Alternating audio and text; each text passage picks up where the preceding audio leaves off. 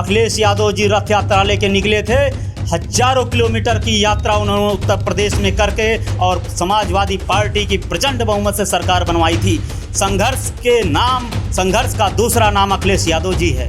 अखिलेश यादव जी ने इस पिछले 4 सालों में जहाँ भी ज़रूरत हुई होगी वो निजी तौर पे भी, और उनका एक एक बच्चा अखिलेश है। वो समाजवादी पार्टी का एक एक बच्चा आदरणीय अखिलेश यादव जी का प्रतिबिंब है, और वो उत्तर प्रदेश की हर गांव से लेकर के और शहर मुख्यालय तक। नमस्कार, व्यक्ति विशेष देख रहे हैं आप। मैं हूं आपके साथ आदित्य त्रिपाठी। व्यक्ति विशेष में आज हमारे साथ जो शख्स यहाँ पर मौजूद हैं वो यूथ ब्रिगेड के राष्ट्रीय अध्यक्ष हैं और जिनका आज गोरखपुर में पहली बार आगमन हुआ है। तो हमारे साथ हैं सिद्धार्थ सिंह जी। सिद्धार्थ सिंह जी, सबसे पहले तो हमारे चैनल पे आपका स्वागत है। बहुत धन्यवाद। व्यक्ति विशेष हमारा जो एपिसोड चलता है, कार्यक्रम चलता है, इसमें थोड़ा सा हम आपकी निजी जिंदगी के बारे में भी जानेंगे, फिर आपके जो राजनीतिक करियर है हम उस बारे में भी चर्चा करेंगे। थोड़ा सा अपने बारे में बताएं, परिवार में कौन कौन है, पढ़ाई लिखाई कहाँ से हुई है, उस बारे में थोड़ा सा बताएं। देखिए, हम आपके गोरखपुर जनपद के बिल्कुल करीब के ज़िले जनपद बस्ती के मूल निवासी हैं और वहाँ दुबोलिया थाना क्षेत्र में हमारा घर है। हमारी बचपन की शिक्षा दीक्षा उत्तरांचल अब जो हो चुका है, तब हमारे उत्तर प्रदेश का हिस्सा था, मसूरी में हुआ है। मसूरी मॉडर्न स्कूल में हमारी प्राइमरी एजुकेशन हुई। हमने आजमगढ़ में भी इंटरमीडिएट किया और उसके बाद लखनऊ विश्वविद्यालय से हमने पोस्ट ग्रेजुएशन किया है। और लखनऊ विश्वविद्यालय में ही पढ़ाई के दौरान हम लोग अपने नेता, महबूब नेता, उत्तर प्रदेश के भविष्य, देश के भविष्य आदरणीय अखिलेश यादव जी के संपर्क में आ चुके थे और वहीं से हम लोग को प्रेरणा मिली आदरणीय अखिलेश यादव जी से जुड़ने के लिए। हमारे परिवार में हम 2 भाई हैं और हमारी एक बहन है, हमारी पत्नी है, हमारे 2 बच्चे हैं। हमारे माता पिता भी यहीं बस्ती से लेकर के लखनऊ तक हम लोग उसी के बीच में हम लोग रहते भी हैं। यही हमारा परिवार है। जब राजनीति में, मतलब जब आप पढ़ाई में थे, छात्र जीवन में थे, क्या तब से राजनीति में है, सक्रिय हैं? जिस समय हम राजनीति में 2001 में हम लखनऊ विश्वविद्यालय के छात्र थे, ठीक उसी दरमियान हम बहुत बड़ी मुसीबत में भी थे और हमारे पिताजी बहुत बीमार रहते थे उस समय में। तो पढ़ाई के साथ साथ हमें अपने छोटे भाई और छोटी बहन की शिक्षा दीक्षा, अपनी शिक्षा दीक्षा की भी जिम्मेदारी हमारे कंधों पे बहुत कम उम्र में आन पड़ी थी। तो हम उस काम के लिए भी पढ़ाई के बाद हम काम किया करते थे और उस काम से जो धन अर्जित होता था उससे हम लोग अपनी पढ़ाई लिखाई को आगे बढ़ा करके, और उसी दरमियान हमारी अपने नेता, महबूब नेता आदरणीय अखिलेश यादव जी से भी मुलाकात हुई लखनऊ में। आज हमारे एमएलसी हैं, हमारे उस समय के सीनियर थे लखनऊ विश्वविद्यालय में, श्री आनंद भदौरिया जी। उन्होंने हमारी पहली मुलाकात हमारे नेताजी से कराई थी और जिस दिन हम लोग पहली बार मिले उस दिन से आज का दिन है, हम लोग उन्हीं के होके रह गए। 22 में बाइसिकल, ये जो नारा दे रही है समाजवादी पार्टी, कैसे बनाएंगे सरकार? देखिए, सरकार तो आम जनता बनाएगी उत्तर प्रदेश की। हम लगातार पश्चिमी उत्तर प्रदेश से चलते हुए आज गोरखपुर जनपद तक पहुँचे हैं। जिलेवार लोगों से मिल रहे हैं, आम आवाम से भी मिल रहे हैं। आँखों में जनमानस के एक ऐसा उद्गार निकल रहा है, उनके हृदय से इतना बड़ा उद्गार निकल रहा है, चाहे वो जो वर्ग हो, मजदूर वर्ग हो, किसान वर्ग हो, नौजवानों का एक जन सैलाब हो, वो हर कोई नेता अपने जो हमारे आदरणीय अखिलेश यादव जी हैं, सिर्फ उनको उत्तर प्रदेश के मुख्यमंत्री के रूप में याद कर रहे हैं। और याद करने के बहुत सारे कारण हैं। हमारे नेता आदरणीय अखिलेश यादव जी ने कोई जात नहीं माना, कोई धर्म नहीं माना, कोई पंथ नहीं माना, सभी जाति पंथ धर्म के मानने वालों का समान विकास किया था। सभी को सुरक्षा समान रूप से दी थी। सभी के कल्याणकारी योजनाएं, चाहे वो जनेश्वर मिश्र ग्राम हो, चाहे लोहिया ग्राम हो, चाहे उत्तर प्रदेश के ग्रामीण सड़कों से जुड़े हुए कोई काम हो, चाहे शहरी क्षेत्र से जुड़े हुए कोई काम हो, चाहे एक्सप्रेस वे हो, चाहे लैपटॉप योजना हो, हमारी बेटी उसका कल योजना हो, तमाम ऐसी योजनाओं को उन्होंने चलाने का काम किया था।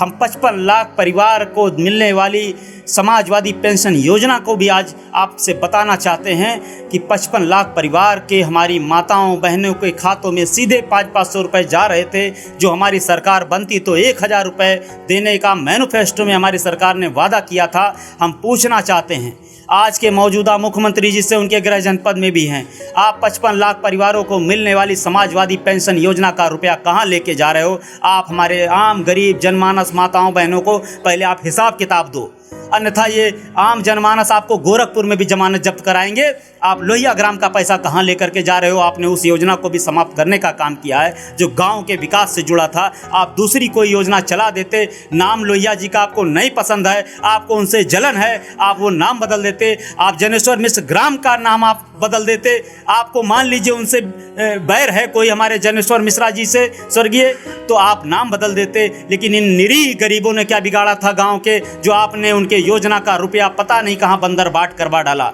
आप गुनहगार हो उत्तर प्रदेश के विकास के मुख्यमंत्री जी। आपके जनपद में हम कह के जा रहे हैं बहुत जिम्मेदारी से, आपको हिसाब देना होगा आने वाले चुनाव में गरीबों से, और गरीब आपसे पाई पाई का हिसाब लेने वाला है। ये तो ठीक बात है, गरीब पाई पाई का हिसाब लेने वाला। एक अंदर खाने ये बात जो चल रही है कि अखिलेश यादव जो है केवल ट्विटर और फेसबुक के माध्यम से ही संघर्ष कर रहे हैं, इस पे क्या कहेंगे?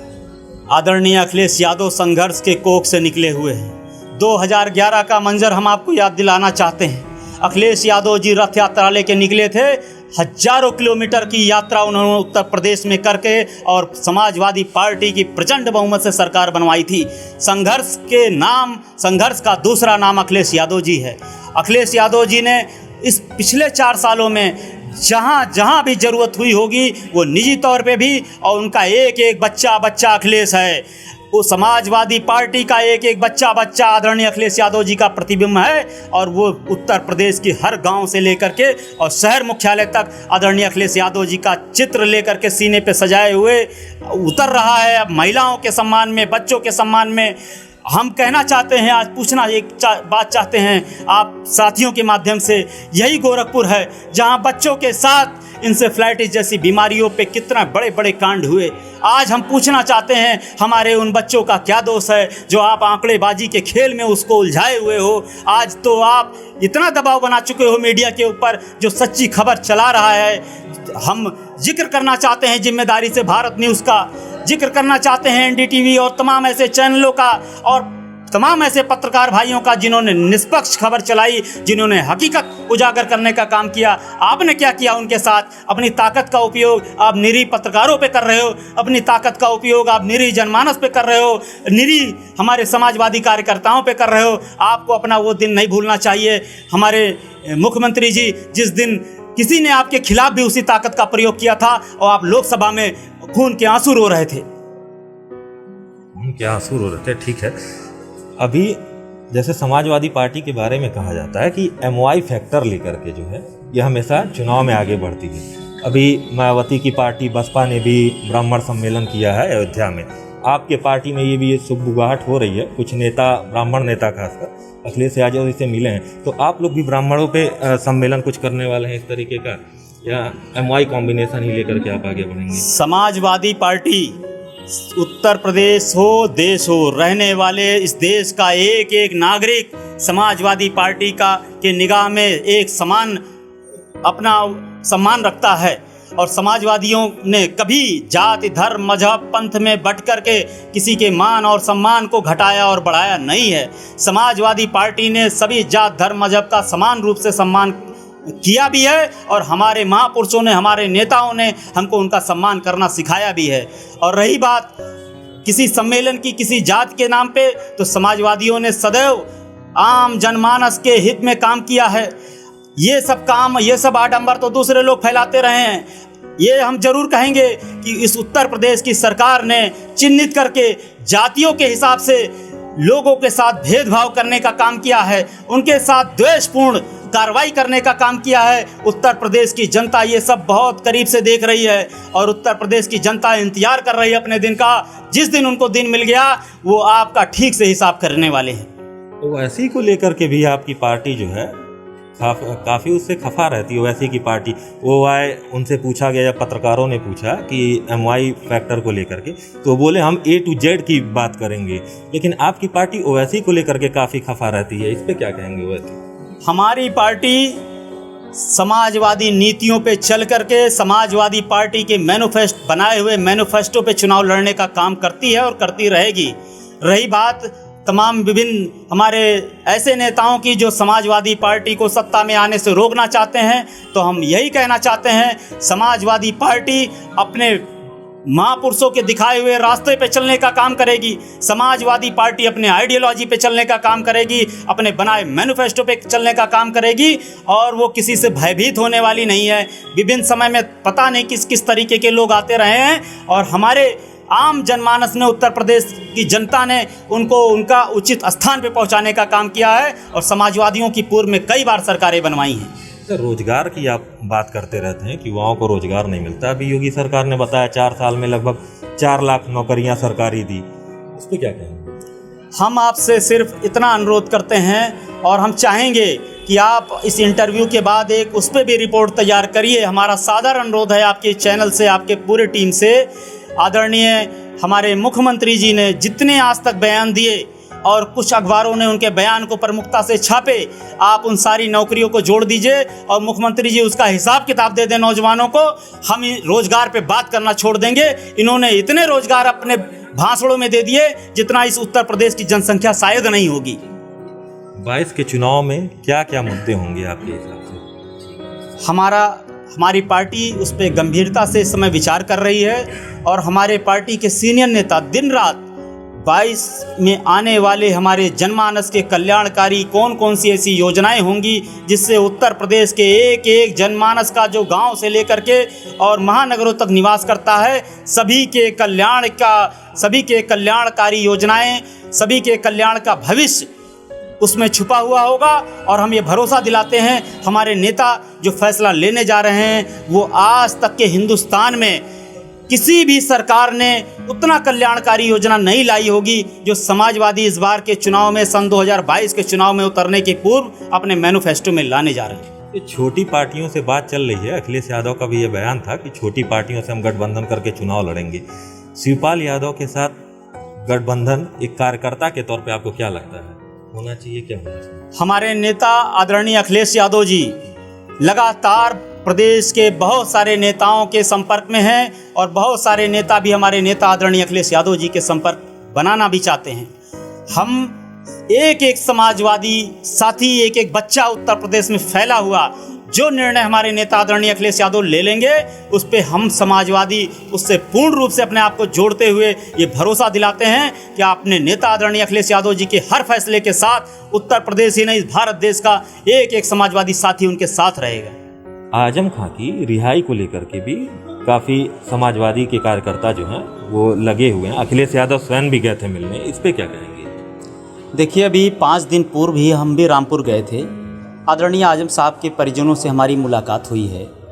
हमारी आजम साहब की पत्नी और हमारे नेता तंजीद फातिमा जी से भी हम मिले हैं, और जो कृत्य इस उत्तर प्रदेश की सरकार ने हमारे नेता के साथ किया है, वो इतिहास के काले अक्षरों में दर्ज होगा। ये बात भी हम बहुत जिम्मेदारी से कह रहे हैं। आदरणीय आजम साहब ने रामपुर में एक विश्वविद्यालय बनाया है, कोई और स्थल नहीं बनाया है। ये बात इस सरकार को समझनी होगी। इस सरकार को ये भी समझना होगा कि उस विश्वविद्यालय में शिक्षा, दीक्षा, पढ़ाई लिखाई से लेकर के हमारे भारत देश के आज निकलने वाले नौनिहालों का भविष्य तय होगा, कोई और चीज़ नहीं होगा। तो आपने ये जो कार्रवाई की है या जो आप कर रहे हो, वो एक ऐसे नेता के खिलाफ कर रहे हो जिसका पूरा का पूरा जीवन ईमानदारी के मिसाल से भरा पड़ा है। आजम साहब कुछ भी हों, लेकिन बकरी नहीं चुरा सकते। आजम साहब कुछ भी हों, गाय भैंस नहीं चुरा सकते।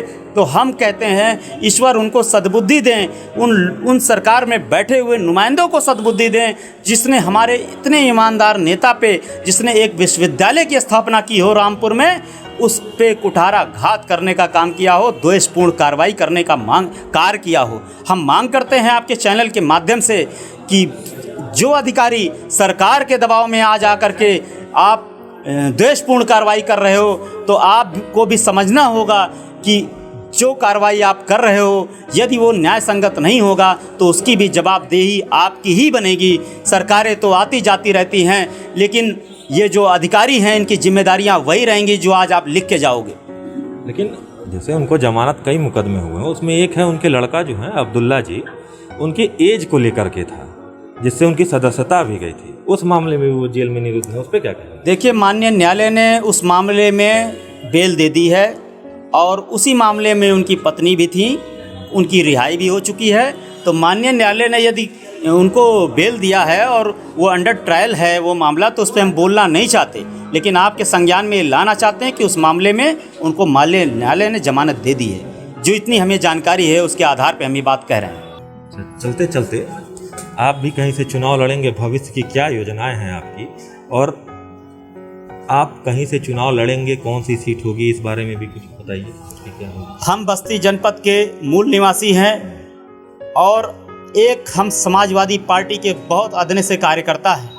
हमारी पार्टी हमको जो जिम्मेदारी देगी उस जिम्मेदारी का निर्वहन सिद्धार्थ सिंह एक छोटे से अदने से कार्यकर्ता के भी रूप में जीवन पर्यंत करते रहेंगे। हम ये भरोसा आपके चैनल के माध्यम से देना चाहते हैं। रह गई बात चुनाव लड़ने की, तो हमारे नेता का आज जिस दिन आदेश हो जाएगा तो हम जलती हुई आग में भी कूद जाएंगे। चुनाव तो कोई चीज़ नहीं हमारे लिए, हमें जब तक जीवन है ये सब करना ही करना है। जब तक जीवन है ये करना ही करना है। तो व्यक्ति विशेष में हमारे साथ थे सिद्धार्थ सिंह जी, जो राष्ट्रीय अध्यक्ष हैं यूथ ब्रिगेड के। सर, आपका बहुत बहुत धन्यवाद हमारे चैनल से बात। बहुत बहुत धन्यवाद, आपका भी धन्यवाद, आपने हम लोगों को समय देने का काम किया। तो व्यक्ति विशेष में बस इतना ही। अगले अंक में फिर मुलाकात होगी, तब तक के लिए नमस्कार।